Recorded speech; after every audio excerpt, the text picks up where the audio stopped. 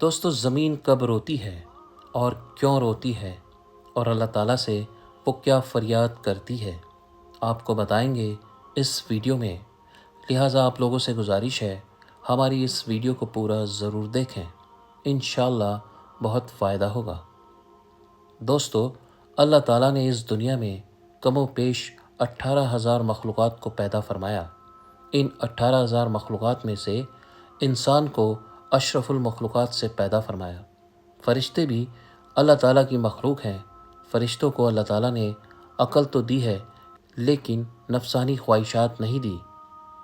جانور بھی اللہ تعالیٰ کی مخلوق ہے۔ جانوروں کو اللہ تعالیٰ نے نفسانی خواہشات تو دی ہے لیکن عقل نہیں دی۔ دنیا میں واحد ایک انسان ہے جس کو اللہ تعالیٰ نے نہ صرف نفسانی خواہشات دی ہے بلکہ عقل سلیم بھی عطا فرمائی ہے۔ عقل سلیم عطا کر کے اللہ تعالیٰ نے انسان کو دو راستے دیے، ایک راستہ شیطان کا اور دوسرا راستہ رحمان کا۔ کم و بیش 18,000 مخلوقات اللہ تعالیٰ کے حکم کی پابندی کرتی ہے، یہاں تک کہ فرشتے تو اللہ تعالیٰ کے حکم کے بغیر پر بھی نہیں ہلا سکتے۔ واحد ایک انسان ہے جو اللہ تعالیٰ کے حکم کا پابند نہیں ہے۔ اللہ تعالیٰ نے انسان کو حکم کا پابند نہیں رکھا، دو راستے دیے، ایک راستہ جنت کا اور دوسرا راستہ جہنم کا۔ اللہ تعالیٰ کی تمام مخلوق میں سے کسی بھی مخلوق نے زمین کو میلا نہیں کیا۔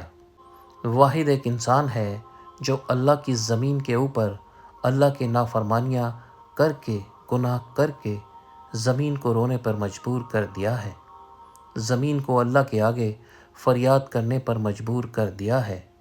حضرت لوط علیہ السلام کی قوم کا ایک آدمی جو حضرت لوط علیہ السلام کا فرمانبردار بندہ تھا، جو عبادت گزار تھا، وہ کہیں لمبے سفر پر جا رہا تھا۔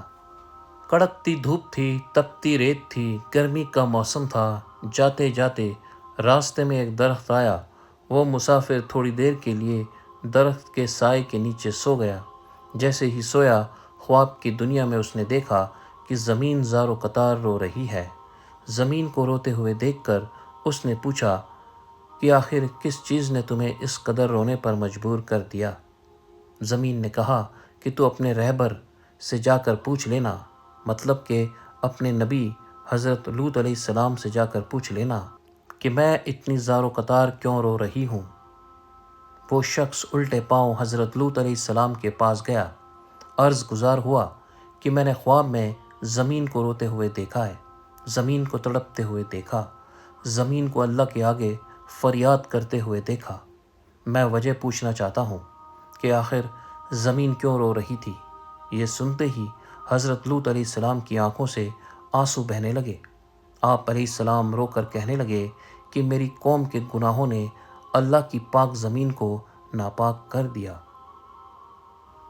میری قوم کے گناہوں نے اللہ کی زمین کو رونے پر مجبور کر دیا، اللہ کے آگے فریاد کرنے پر مجبور کر دیا۔ میری قوم کا ہر انسان زنا کے دلدل میں پھنسا ہوا ہے۔ میری قوم کا ہر ایک دکھنے والا شخص زنا جیسے کبیرہ گناہ میں مبتلا ہے۔ جب ایک گناہ کے اوپر دوسرا گناہ اور دوسرے گناہ کے اوپر تیسرا گناہ اس زمین کے اوپر ہوتا ہے تو زمین رو کر اللہ سے فریاد کرتی ہے اور کہتی ہے کہ اے میرے مالک، تیری مخلوق کو کیا ہو گیا ہے؟ جو حضرت انسان بن کر دنیا میں آئی تھی وہ کیڑوں سے بھی بدتر نکلی۔ انہوں نے نافرمانیاں کر کر کے تیری پاک زمین کو میلا کر دیا۔ حضرت عبداللہ بن عباس سے روایت ہے کہ رسول کریم صلی اللہ تعالی علیہ وسلم نے ارشاد فرمایا، جس قوم میں زنا اور سود عام ہو جائے تو بے شک اس قوم نے اپنے لیے اللہ تعالیٰ کا عذاب حلال کر لیا۔ حضرت بریدہ سے روایت ہے کہ حضور اکرم صلی اللہ تعالی علیہ وسلم نے ارشاد فرمایا، ساتوں آسمان اور ساتوں زمینیں بوڑھے زانی پر لعنت کرتی ہے اور زانیوں کی شرمگاہ کی بدبو جہنم والوں کو ایذا پہنچاتی ہے۔ نبی کریم صلی اللہ تعالی علیہ وسلم نے ارشاد فرمایا، زنا سے 6 باتیں ظاہر ہو جاتی ہیں، 3 دنیا میں اور 3 آخرت میں۔ دنیا میں زانی کا چہرہ سیاہ ہو جائے گا، اس کے رزق میں تنگی آ جائے گی اور عمر سے برکت نکل جائے گی۔ آخرت میں اللہ تعالیٰ کی ناراضگی میں گرفتار ہوگا، حساب و کتاب میں سختی ہوگی۔ کسی انسان کا ناحق خون بہانا، قتل و غارت کرنا یہ کبیرہ گناہ ہے۔ یہ عمل بھی زمین کو رونے پر مجبور کر دیتا ہے اور فریاد کرنے پر مجبور کر دیتا ہے۔